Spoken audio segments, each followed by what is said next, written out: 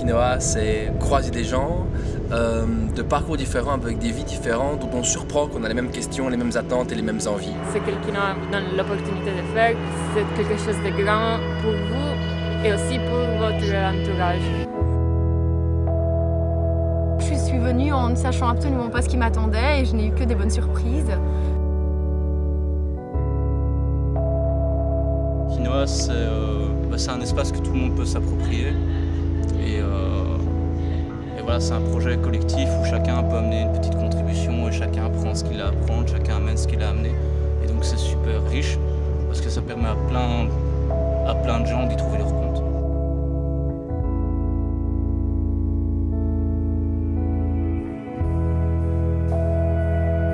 Côté humain, quoi, tous les contacts qu'on a gardés, les amis, enfin les amitiés vraiment de longue durée qu'on s'est fait, etc. C'est ça qui est pour moi le plus important et le plus chouette du projet.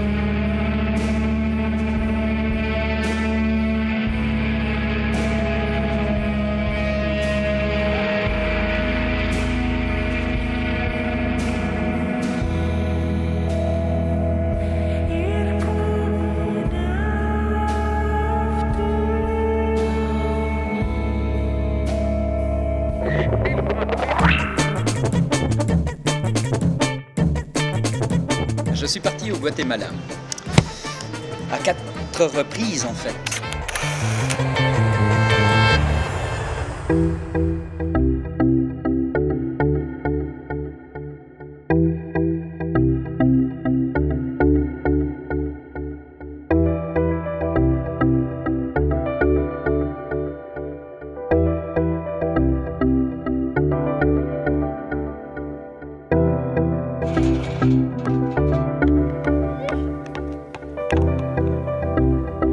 Lors du 3e voyage en fait au Guatemala, on s'est retrouvé dans une communauté. J'étais avec des étudiants de l'école d'horticulture de Jean Blou. Le travail consistait à essentiellement aller au champ, donner un coup de main, dans la mesure du possible, vu qu'on n'est pas nécessairement des experts en la matière. Et à un moment en fait, j'ai été vraiment impressionné parce que le partenaire sur place, le partenaire local est venu, nous a dit « Nous sommes contents que vous soyez là parce que vous avez fait beaucoup plus que vous ne le croyez en fait. » Le fait simplement d'être sur place en fait était déjà un grand geste pour eux en fait. Parce que se déplacer d'aussi loin pour s'intéresser pour des gens qui sont dans une situation de précarité, etc. Et de justement considérer que voilà, rien que leur présence, c'était déjà pour eux un signe de solidarité. De dire, voilà, on n'est pas seul. Il y a des gens pour qui on compte. Et qui ne sont certainement pas des experts, on ne vient pas avec des tonnes d'argent. Et ils ne s'attendaient pas nécessairement à des sommes d'argent. Ils s'attendaient essentiellement, je crois, à un peu ce geste de tendre une main en fait, à quelqu'un et de faire quelque chose ensemble. En fait.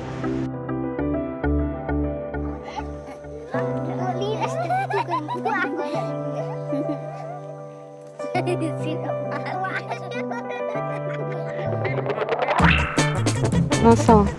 J'ai fait 4 projets internationaux avec quinoa. Là, je repars pour un 5e projet au Bénin en juillet prochain. François. Donc j'ai choisi le Bénin, un pays que je ne connaissais pas.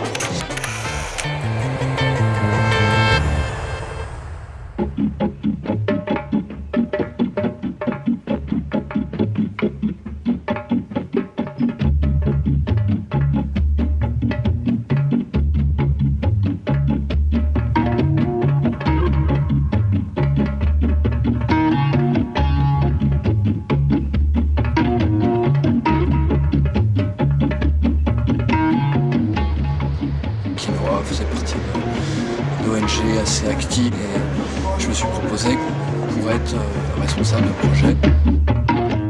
C'était un village qui était très éloigné, même on va dire, de la route. Tout le monde était très très content d'être tombé dans ce village-là. Le rapport avec les villageois était vraiment super. Il y avait vraiment des gens très chouettes, quoi. Ça s'est vraiment très bien passé, le rapport villageois.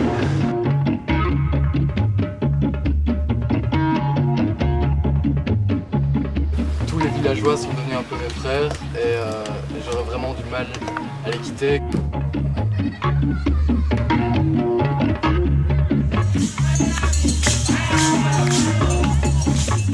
Au Bénin, on part dans le cadre d'un nouveau projet avec le CADD, donc le Cercle d'autoproduction et du développement durable, qui est une ONG qui travaille avec des collectifs de femmes pour développer des projets de développement communautaire en utilisant entre autres le microcrédit comme outil de développement et qui a comme ambition de conscientiser la population béninoise sur des thématiques en lien avec la mondialisation, la problématique de la dette et de toutes les influences que ça peut avoir sur le Bénin à l'échelle locale, régionale, nationale.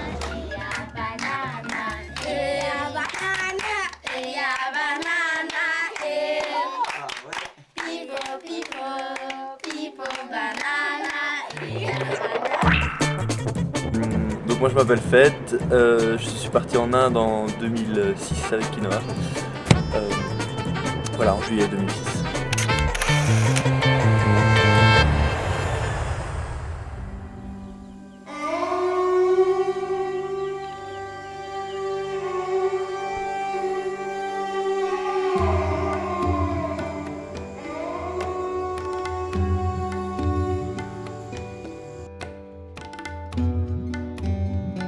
Donc le projet en gros c'était un projet de ferme biologique.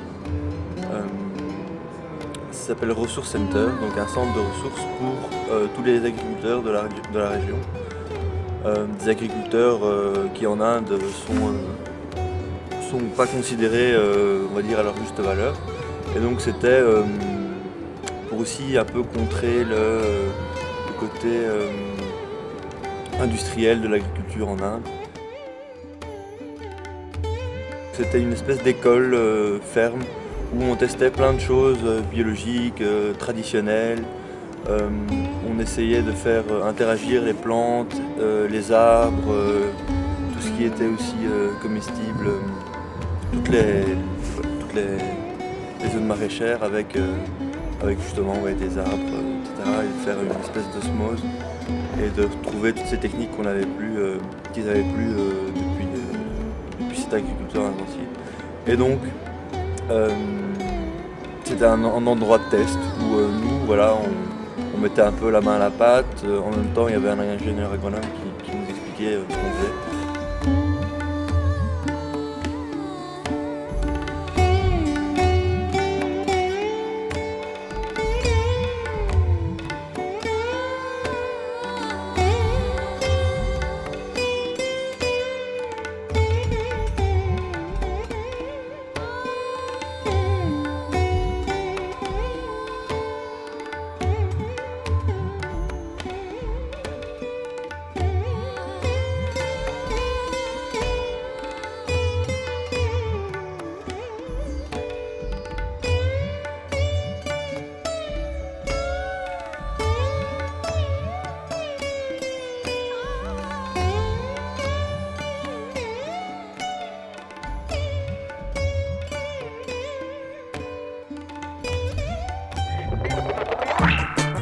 Hélène qui est partie en Équateur en 2010.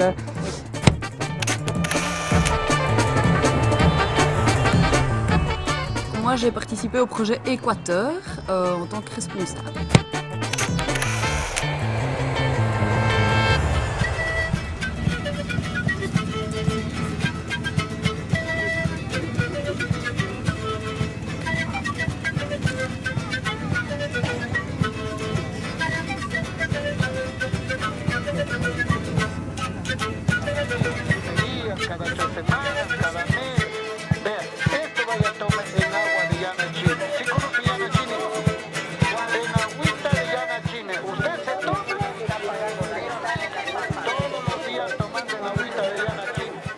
Bah, si vous allez là-bas, vous rencontrerez Luis et Segundo, qui sont ceux qui s'occupent de nous tout gentiment là-bas. On a aussi vu leur combat, et là ça crée vraiment des liens, parce qu'ils ont vraiment partagé leur lutte au quotidien avec nous. Ils aimaient énormément expliquer et nous impliquer dans leur lutte. Ah, Kanchi. Chunga, Kanchi, Kanchi, Chunga. Chunga. Tant qu'on ne l'a pas vécu ou qu'on n'est pas allé là-bas et qu'on n'a pas vu que dans le sud aussi il y a des gens qui se battent pour ce même combat, ben, tant qu'on n'a pas vu le visage des gens, l'humanité derrière ce combat, ben, c'est un peu difficile d'en prendre conscience.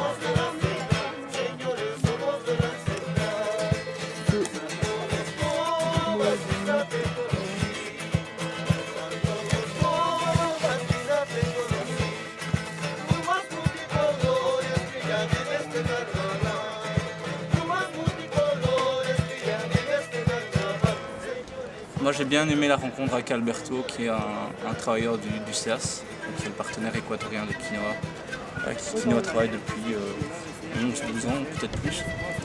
Et voilà, moi j'ai fait 3 projets en Équateur. Et voilà, moi il m'a marqué par sa simplicité, par la manière dont il apporte les choses avec les communautés. Voilà, c'est quelqu'un qui a l'esprit ouvert, a toujours le sourire, a l'art d'expliquer les choses de telle manière à ce que les Belges les comprennent et que les Équatoriens dans leur village les comprennent aussi.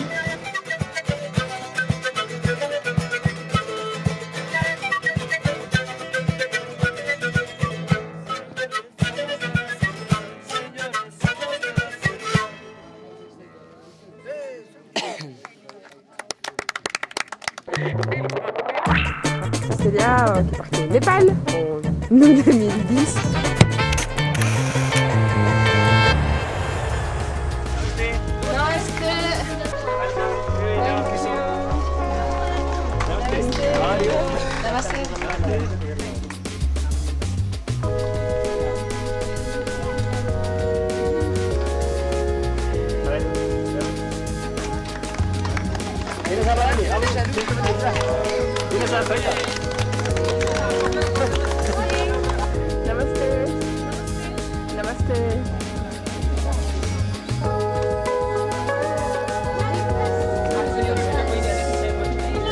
Ma toute première rencontre, ma première réunion chez Quinoa, c'était quand les Kumar et Madhav sont venus. Donc les partenaires au Népal qui s'occupent du Sinwin, l'ONG qui s'occupe des enfants. Et c'était mon premier lien et j'ai trouvé le Kumar en tout cas d'une chaleur humaine dingue. Et du coup, ça m'a énormément donné envie d'aller au Népal. Et au Népal, j'ai retrouvé cette chaleur, cette manière de vouloir être avec toi, t'accompagner partout et vouloir échanger.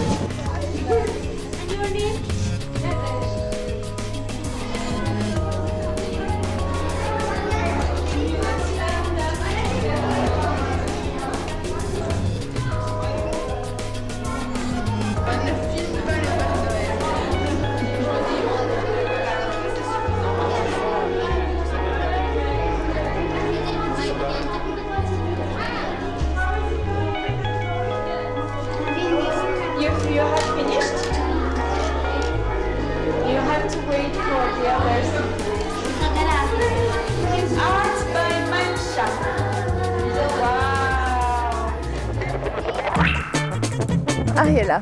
Je suis partie en juillet comme responsable avec Vivian. Oh my.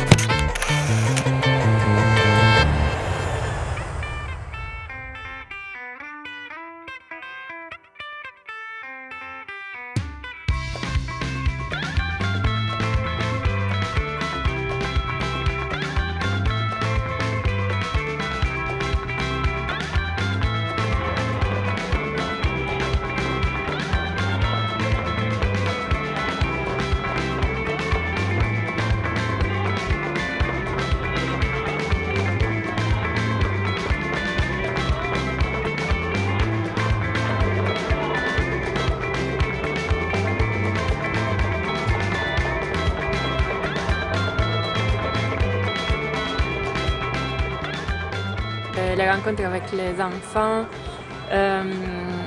de l'AEMO, que c'est cette association à Bamako qui travaille avec des enfants qui vivent dans les rues et dorment dans les rues. Et on a fait des activités avec eux, des ateliers de musique traditionnelle. Et ces enfants m'ont totalement changé ma vision des enfants des rues.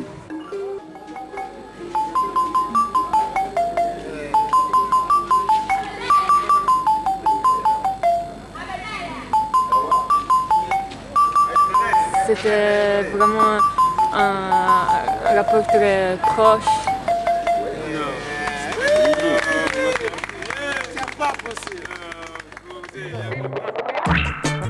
Et moi c'est Ben, je suis parti avec Quinoa en 2003, 2005 et 2006 dans différents projets comme participant et comme responsable.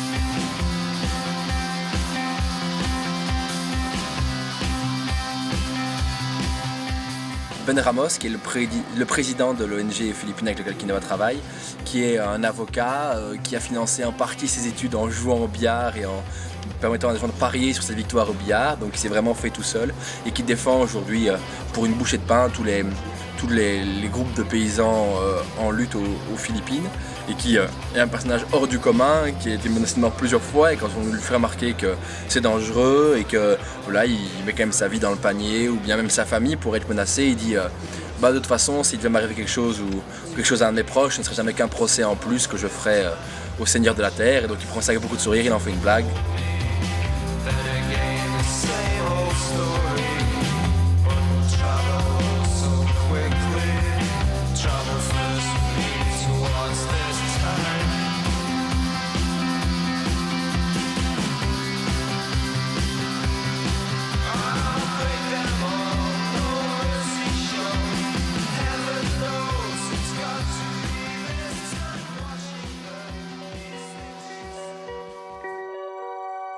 Quand on était aux Philippines, on était donc sur une bande de plage chez des pêcheurs et un jour, un ouragan a emporté une bande de sable sur laquelle reposait une maison. Et donc on s'est retrouvé avec les villageois à être un peu déprimés le matin, à se dire mon Dieu cette maison est foutue, le sable a été enlevé, maintenant elle va s'effondrer, enfin voilà. Et à notre grande surprise, ils nous ont demandé de les aider à bouger la maison. Du coup on s'est retrouvé à 45-50 à déplacer la maison en entier pour la mettre à l'abri. Et voilà, c'était assez marrant de voir comment nous on était déprimés le matin en disant comment c'est possible que cette maison, enfin voilà, elle est foutue. Et puis en fait d'avoir passé la journée à la déplacer, de en mettre péniblement, mais dans une bonne ambiance, bonne humeur, tout ça. Donc ça c'est une anecdote qui était quand même assez marrante pour le coup.